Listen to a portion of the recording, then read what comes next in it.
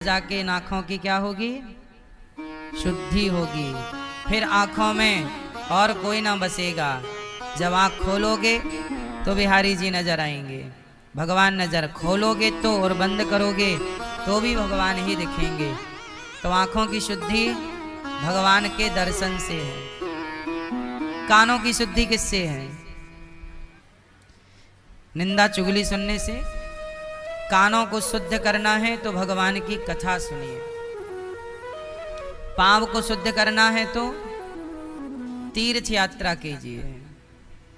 पांव को शुद्ध करना है तो, और वाणी को शुद्ध करना है तो भगवान का नाम जपिए, श्रीमन नारायण श्रीमन नारायण श्रीमन नारायण। वाणी की शुद्धि किससे है? जोर से, नाम जप से। नाम जप करने से क्या होगा? श्रीमन नारायण श्रीमन नारायण। इससे वाणी पवित्र हो जाएगी। और अंतःकरण पवित्र करना है, चित्त को शुद्ध करना है तो अपने चित्त में भगवान को बिठाइए। तो तन की शुद्धि होगी सेवा से, मन की शुद्धि होगी कीर्तन नाम जप से, और धन की शुद्धि, अब पैसे को शुद्ध करना हो क्या करें बताओ? पैसे को शुद्ध करना हो क्या करें? अच्छा, पैसा भी अशुद्ध होता है क्या? उत्तर दो। पैसा भी अशुद्ध होता है? उत्तर दीजिए, हाँ या ना में। पैसा अशुद्ध होता है? हाँ कि ना मैया? पैसे अशुद्ध होते हैं? कैसे अशुद्ध हो जाते हैं? जब आप, जैसे अब उदाहरण से हम बता रहे हैं आपको, जैसे सरकारी कर्मचारी होते हैं। अब सरकार, मैं दोनों की बात बताऊंगा, सरकारी और प्राइवेट। सरकारी जो कर्मचारी होते हैं उन्हें सरकार सैलरी देती है, 50,000, 1 लाख, 1.5 लाख, 2 लाख, जो कार्य में है। आपको तो लगा कि मैंने तो मेहनत किया तो मैंने, सरकार ने मुझे दिया, ये तो मेरी मेहनत का 1 लाख रुपए है जो आपको सैलरी सरकार ने दी। लेकिन सरकार ने जो पैसा आपको 1 लाख रुपए पगार दी है महीने की, वह पैसा अभी अशुद्ध है। कैसे? अच्छा ये बताओ, सरकार के पास पैसा आया कहां से? सरकार ने जनता पर जरूरत से ज्यादा टैक्स लगा के पैसा लिया। टैक्स देते समय आदमी रो पड़ता है, तो वो सरकार के, अच्छा गौ हत्या हो रही है तो जो गौ हत्या करने का पैसा है वो सरकार के खजाने में जाता है। तो सरकार, सबसे गंदा पैसा किसी का होता है अशुद्ध, तो वो सरकार का पैसा होता है, राजा का। क्योंकि राजा के खजाने में गौ हत्या का पैसा भी पड़ा है। बोलो हाँ, जीव हत्या का पैसा पड़ा है। सरकार जरूरत से ज्यादा टैक्स ले रही है, वो पैसा सरकार को, अब सरकार किसी के घर में किसी से भी कुछ भी ले सकती है। सरकार चाहे तो आपका घर कह सकती है कि सरकारी है, आप कुछ नहीं कह सकते, पर जिसका गया वो तो रोएगा। तो उससे खजाना सरकार का भरता है। तो सरकार जो पैसा आपको देती है वह पैसा अपवित्र होता है, इसलिए फिर उसे शुद्ध कैसे करें? सोना अशुद्ध है तो सोना अशुद्ध कैसे होता है? अन्य धातुएं मिल जाती हैं, अन्य धातुएं मिल गई तो सोने में क्या हो गई? अशुद्धि। फिर उसे शुद्ध करिए, अन्य धातुएं अलग होंगी, शुद्धिकरण होगा। तो जो आप पैसा कमाते हैं, पहले सरकारी की बात करूंगा फिर प्राइवेट की, तो वो पैसा क्या, जैसे टीटी साहब हैं, सरकार तो पैसा दे रही है, उनका जो सरकार दे रही है वो भी अशुद्ध है, और टीटी जो कमा रहा है, चलो भाई निकालो 500 निकालो, चलो टिकट नहीं है, वो जर्नल की टिकट कटा के तुमने रिजर्वेशन के डिब्बे में क्या कर रहे हो? साहब वो ट्रेन छूट रही थी तो मैं चढ़ गया, आगे के स्टेशन में उतर के जर्नल के डिब्बे में चला जाऊं। नहीं नहीं नहीं, 1000 रुपए लगेगा, फाइन। वो कह रहा है कि मैं आगे चेंज कर लूंगा डिब्बा, लेकिन नहीं, आपने तो 500 ले लिए। 500 नहीं, चल 200 ला। तो वो जो 200 लिए वो शुद्ध है कि अशुद्ध है? बोलो। जो भ्रष्टाचार से आप पैसा देते हो, लोग मांगते हैं, आपको देना पड़ता है, रिश्वत और घूसखोरी, जो लेने वाला है वो पैसा शुद्ध है कि अशुद्ध है? हाँ, ये अपवित्र पैसा है। यही ना आजकल लोगों की बुद्धि बिगाड़ रहा है। आज शुद्ध पैसा लोग कमा नहीं रहे, इसलिए बुद्धि में विकार ज्यादा है, परेशानी। धन होने पर भी लोग अशांत हैं, क्योंकि पैसे में दोष है, ईमानदारी का नहीं है। और जहां पैसे में दोष होता है, उस धन में कलयुग का वास होता है। उस धन में किसका वास होता है? कलयुग का। अब प्रश्न ये खड़ा है कि अशुद्ध तो है, अब शुद्धि कैसे करें? तो कहते हैं धन की शुद्धि होती है दान करने से। इसलिए जो भी कमाओ उसका 5%, 100 रुपए कमाओ तो 5 रुपए, 5 तुम्हें ज्यादा लगे तो 2%, 100 रुपए कमाओ तो 2 रुपए निकाल के रख दो। फिर उस 2 रुपए से भूखे की सेवा, प्यासे की सेवा, कुत्ते को दाना, चिड़िया को दाना, गाय को रोटी, जीवों की सेवा, भूखे को रोटी। गौरी गोपाल आश्रम में सैकड़ों माताएं रहती हैं। जब इन माओं को आप भोजन कराते हैं तो आपका धन क्या होता है? शुद्ध होता है। जब गाय को आप चारा खिलाते हैं कि आज का चारा गाय की सेवा हमारी ओर से, तब धन क्या होता है? शुद्ध होता है। इसलिए आपके द्वार पे कोई अतिथि आ जाए, आप उसे, आपकी गली मोहल्ले में कोई भूखा प्यासा है, आप उसे रोटी दें। कुत्ता है उसे रोटी दें, गाय है उसे रोटी दें, चिड़िया है उसे रोटी दें। सबकी सेवा से आपका वह धन जो अपवित्र है, जिस धन में गौ हत्या का भी पाप मिला हुआ है, हाँ या ना, वो धन कैसे? धन की शुद्धि दान से है। इसलिए कर्ण दान करते थे। कर्ण क्या है? दानवीर। कर्ण क्या है? दानवीर। इसलिए दान की परंपरा। अच्छा ये बताओ, किसान को कोई दान करता है कि नहीं? बोलो हाँ या ना। किसान को कोई दान देता है? जोर से, जोर से। किसान को कोई दान देता है क्या? आंसर नहीं देता। अच्छा, किसान खेत में 1 कुंटल गेहूं डालता है और 4 महीने में 20-25 कुंटल हो जाती है, तो बताओ उसे दान प्रकृति दे रही है कि नहीं? किसान जो फसल बोता है उसे बढ़ के मिलता है कि नहीं? अब धान का सीजन आ गया तो धान लगाएगा, तो धान 1 कुंटल बोएगा यदि किसान खेत में, तो उसे सैकड़ों कुंटल मिलने की संभावना है। बात सही है कि गलत है? फिर तो आप देखो ना, प्रकृति भी आपको दान कर रही है, 1 का कई गुना दे रही है। इसलिए ये प्रकृति सबको दे रही है। आम का पेड़ आपको आम दान कर रहा है, आंवले का वृक्ष आपको आंवला दे रहा है, नहीं दे रहा है। नदियां आपको जल दे रही हैं। बादल ना बरसे, हाहाकार मच जाएगा, मर जाओगे आप और हम सब। 1-2 साल पानी ना हो तो आधी से आबादी निपट लेगी। इसलिए बादल, प्रकृति, दान, ये जल बरस रहा है, ये क्या है? ये प्रकृति हमें दे रही है।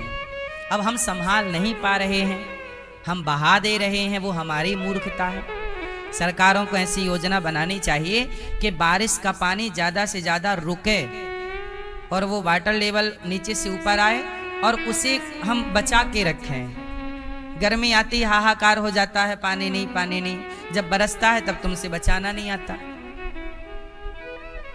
तो प्रकृति हमें दे रही है। जब प्रकृति से आपने लिया तो यही सिस्टम चल रहा है ना, आपने किसी से लिया, आपने किसी को दिया, यही है ना। इसलिए दान करने से धन की शुद्धि होती है।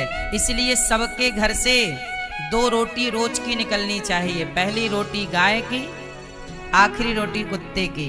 ये 2 रोटी का दान सबके घर से होना था, लेकिन आजकल ये 2 रोटी भी आप लोगों ने निकालना बंद कर दिया। ना तो आप कुत्ते की रोटी कुत्ते को दे रहे हो, ना तो गाय की रोटी। तो मतलब 2 रोटी के हिसाब से महीने की 60 रोटियां हो गई। बोलो हाँ, कितनी रोटियां हो गई? महीने की कितनी रोटियां हो गई? तो 60 रोटी जो आपको देना था वो आपने खुद खा लिया। अब जब प्रकृति आपको दे रही है और आप प्रकृति से लेकर देने की बजाय आप प्रकृति का भी खा रहे हैं, तो फिर आप धन होने पर भी अशांत हैं। फिर यह जीवन में अशांति बढ़ती चलेगी। सिस्टम है ना, आप पानी पीते हो, बोलो हाँ, पानी पिया ना, एक गिलास, एक लोटा, पीने के 2 घंटे बाद आपको वॉशरूम आ जाएगी कि नहीं? बोलो हाँ। प्रकृति का संतुलन क्या है? पानी पिया है तो आपको बाहर निकालना भी पड़ेगा। यदि आपका निकलना बंद हो जाए तो आप मर जाओगे। अब वॉशरूम रुक जाए, आपकी लेने के देने पड़ जाएंगे कि नहीं? यदि आप रोक लें तो रोक लेने से भी आपकी किडनी लीवर डैमेज हो सकता है, वॉशरूम रोक लेने से। कहने का अर्थ ये है, स्वस्थ वही है कि लेता रहे और देता रहे। पानी पिया निकालो, पानी पिया वॉशरूम से, भोजन किया भोजन भी मलमूत्र से निकलेगा कि आपका प्रोडक्ट सही नहीं है। आपको पता है कि आपकी दवाई सही नहीं है, पर डॉक्टरों को आजकल ना प्राइवेट दवाई की कंपनियां क्या करती हैं, डॉक्टरों को ट्रिप भेजती हैं, जाओ हमारी तरफ से अमेरिका घूम के आओ, जाओ हमारी तरफ से लंदन घूम के आओ। तो डॉक्टर को करना क्या पड़ेगा?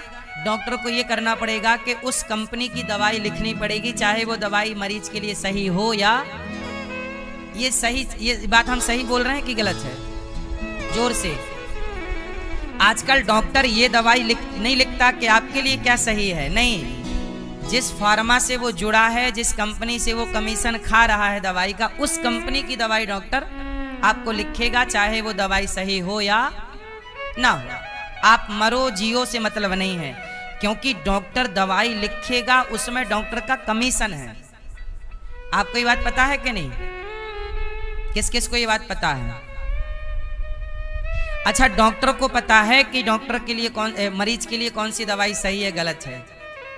डॉक्टर को पता है किसे ये दवाई देंगे तो सही, लेकिन वो दवाई डॉक्टर कई बार ना देकर कोई और दवाई देते हैं कि ये आता रहे, 2-4 राउंड तो लगाए हमारे। कई बार हॉस्पिटल में आपने देखा होगा, मुर्दे को भर्ती कर लेते हैं कि अभी आप जिंदा है, 2 दिन और, 2 दिन में वेंटिलेटर का पैसा निकल आएगा। बोलो हाँ। अब ये बताओ, ये प्राइवेट सेक्टर है, अब ये बताओ ये पैसा इनका जो डॉक्टर कंपनियां दवाई की कमा रही हैं या हॉस्पिटल कमा रहे हैं, डॉक्टर को पता है कि मैं गलत से ले रहा हूं। अब बताओ ये पैसा इनका शुद्ध है कि अशुद्ध है? सब डॉक्टर ऐसे नहीं हैं, जो है हम उनकी कह रहे हैं। कुछ डॉक्टर तो अच्छे भी हैं, जो ईमानदार हैं सो हैं, अच्छे हैं, पर ऐसी मात्रा कम है। अब ये बताइए, ये पाप का पैसा है कि पुण्य का जो कमा रहे हैं? अब ये पैसा इन्हें पचेगा? मुर्दे का पैसा ले रहे हैं।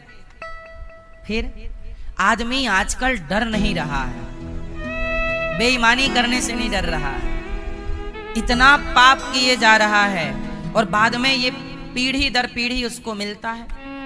एक बात आपको क्लियर कह दूं, जीवन में गलत काम मत करिएगा, क्योंकि गलत काम का परिणाम भी गलत ही होगा।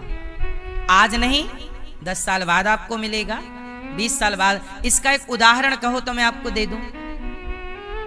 2 मित्र थे, ध्यान से सुनिएगा। 2 मित्र थे, दोनों अपने गांव से काम करने के लिए गए, बंबई गए या बड़े शहर सूरत ले लीजिए, सूरत चले गए। बड़े शहर में उन्होंने काम किया, काम करके उन्होंने पैसे कमाए। फिर उन्होंने एक होटल बनाई। क्या बनाई? होटल बनाई, खूब बढ़िया चलने लगी। एक होटल बनी, दूसरी होटल बनी। उनमें से जो 2 दोस्त थे, एक दोस्त को मन में पाप आया कि यार यदि ये मर जाए तो ये पूरा अपना हो जाएगा, वरना ये हिस्सा मांगेगा कि कंपनी में मैं भी तो, मेरा भी नाम है। अच्छा, उन्होंने कंपनी बनाई थी, वो कंपनी में 2 लोगों का नाम था।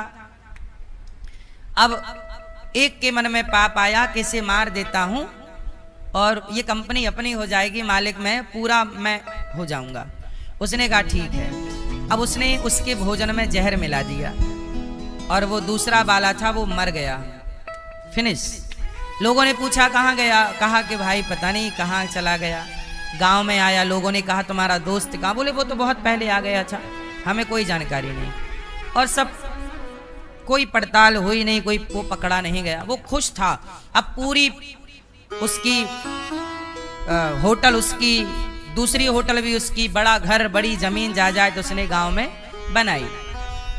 देखना यहां तक सब ठीक था, लेकिन उसने गलत किया कि नहीं? अपने दोस्त के साथ छल किया, धोखा दिया, उसके भोजन में जहर मिला। अब देखना इसका परिणाम उसे कैसे मिलेगा, तो ध्यान सुनना। ईश्वर कैसे न्याय करते हैं। ईश्वर के न्याय में थोड़ा टाइम लगता है। ईश्वर के न्याय में थोड़ा God mills grind slow but sure. तो ईश्वर का थोड़ा सब स्लो तो है, सिस्टम है। ईश्वर कहते हैं ना, ईश्वर के घर देर है, अंधेर नहीं। अब वो दोस्त, अब कुछ दिन बाद क्या हुआ कि बहुत बड़ा आदमी बन गया वो। उसने शादी कर ली, पत्नी आई, बहुत सुंदर उसकी पत्नी थी, हंसी खुशी से गृहस्थी चालू हुई। उसका एक बच्चा हुआ। अब ध्यान, अब देखना, अब ईश्वर का खेल चालू होगा। अब उसका क्या हुआ? एक बेटा हुआ। अब जो बेटा हुआ, अब मैं अभी आखिरी बताऊंगा, वो बेटा जो था, वो बेटा बहुत अच्छा बड़ा होने लग गया, बड़ा हुआ। अब उस बेटे का जो बाप है, होटल का मालिक, बहुत बड़ा आदमी, उसने पढ़ने के लिए अपने बेटे को लंदन भेज दिया। तुम जाओ बेटा विदेशों में पढ़ो। अब बेटा, बड़े बाप का बेटा, विदेशों में पढ़ने बेटा गया, और पढ़ लिख करके जब लौटा, तो लौटने के कुछ दिन बाद उस बेटे को ना कैंसर हो गया, और बेटे की हालत बिगड़ने लगी। और जैसे ही बेटे की हालत बिगड़ी, तो बेटे के इलाज में उस आदमी ने जितना पैसा इकट्ठा किया था, उसके इलाज में वो सारा पैसा, उसका खेत बिक गया, उसकी एक होटल बिक गई, अब दूसरी होटल भी बिक गई, और बैंक से कर्जा लेकर बेटे का इलाज कराया। और जब सारा धन समाप्त हो गया, तब वो बेटा अंतिम सांस लेने लग गया। लेकिन वो बेटा मरने से पहले अपने बाप को बुलाया एकांत में, यहाँ बोला, अच्छा पिताजी, अच्छा दोस्त, मैं चलता हूं, अपना तो अपना हिसाब क्लियर है। बाप बोला, कौन हो तुम? बोले, हम तुम्हारे वही पिछले जन्म के दोस्त हैं, जैसे तुमने जहर दे के मार दिया था। मैं जहर खा के पिछले जन्म में तो मर गया, आपने मुझे मार दिया, मैं आपका दोस्त था, हम दोनों ने बनाया। अब मैं आपका बेटा बन के आ गया, और बेटा बन के जो मेरा हक था वो मैं लेके जा रहा हूं। और वो मर गया उसका बेटा, और वो कंगाल हो गया। बोलो, हाँ। तुम्हारा बेटा कौन है? तुम्हें क्या लगता है तुम्हारा बेटा है? पिछले जन्म में जो तुमने किसी के साथ जो कुछ किया होगा, बुरा किया था, तो बेटा तुम्हारे साथ बुरा व्यवहार कर रहा है। तुमने सही किया था, वो बेटा तुम्हारा श्रवण कुमार बन के तुम्हारे पांव दबाकर तुम्हें सुख देता है। कुछ बच्चे सुख देते हैं, कुछ बच्चे दुख देते हैं। तुमने किसी को सुख दिया तो तुम्हें सुख मिला, तुमने किसी को दुख दिया तुम्हें दुख मिला। तुम्हारी पत्नी तुम्हें सुख देती है तो किसी की पत्नी दुख देती है। तुम्हारी पत्नी तुम्हारे कर्मों का फल है, तुम्हारा बेटा तुम्हारे कर्मों का फल है, तुम्हारी माँ, तुम्हारा पिता, तुम्हारी औलाद, सब कुछ ईश्वर का कर्मों का फल है। आपको लगता है ये मेरा बेटा है, बेटा नहीं, तुम्हारा कर्म ही पुत्र के रूप में प्रकट हुआ है, और वो अपना चुकाएगा। इसलिए ये संसार में आप भी अकेले हैं, हम भी अकेले हैं। इस संसार में किसी का कोई साथी नहीं। यदि आपका साथी कोई है तो आपके अच्छे या बुरे आपके कर्म हैं। बुरे कर्म हैं तो आपको कष्ट मिलेगा, सही कर्म है सुख मिलेगा। साथी कौन है आपका? आपका कर्म। इसलिए कहता हूं अच्छे कर्म किया करो। क्या किया करोगे? अच्छे, किसी का बुरा ना करिए। किसी का बुरा करके आपका भला नहीं हो सकता। आजकल ना लोग कर्म बड़े बुरे बुरे करते हैं और फल चाहते हैं हमें अच्छा मिल जाए। हाँ, कर्म है बुरे बुरे और तुम स्वर्ग जाने की बात करते हो, है ना? अच्छा एक बात बताओ, आपको मरने के बाद क्या चाहिए, नरक के स्वर्ग? आम खाने की बात करते हो, कोई पेड़ बबूल के और तुम आम खाने की बात करते हो। कर्म की है गति न्यारी। देखो उसका दोस्त उसका बेटा बन के आ गया कि नहीं, और अपना हक लेके चला गया कि नहीं। तुम किस, अच्छा एक बात बताएं, कई बार तुम ज्यादा खा लेते हो, तुम्हारे हिस्से से ज्यादा यदि तुमने खा भी लिया ना तो आ करके बाहर आ जाता है। सही है गलत है? ईश्वर के हिसाब से एक दाना भी तुमने ज्यादा खाया तो बाहर होगा। इसलिए दाने दाने में लिखा है खाने वाले का नाम, खाओ उतना ही खाओ जो आपका है। किसी का मत लो, किसी का मत छीनो, किसी का हिस्सा मत खाओ, किसी का हक मत खाओ। यदि आपने खाया तो वो कहीं से बाहर निकलेगा, निकलेगा जरूर। इसलिए कहता हूं कि कोई ना देखे तो भी हम सबको ईश्वर देख रहे हैं। एक धुंधकारी नाम का बेटा था।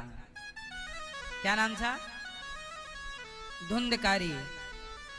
वो अपने पिता को मारता। उस धुंधकारी को ये लगता कि मैं बाप को मारूंगा। क्यों मारता? पैसे दो, पैसे दो। अगर ये वीडियो आपको अच्छी लगे तो इस वीडियो को लाइक करें, अपने चैनल को सब्सक्राइब करें। आप देखते हैं अनुरुद्धाचार्य महाराज जी ने इस कथा को कितने प्यार से कितने ही चित्तर से समझाया। इसके लिए आप इस प्यार को लाइक, चैनल को सब्सक्राइब बड़े ही आराम से कर सकते हैं। और वीडियो अच्छी लगे तो इसके लिए प्यार से कमेंट जरूर करें। मिलते हैं फिर नए वीडियो के साथ। जय श्री कृष्ण, जय श्री राम।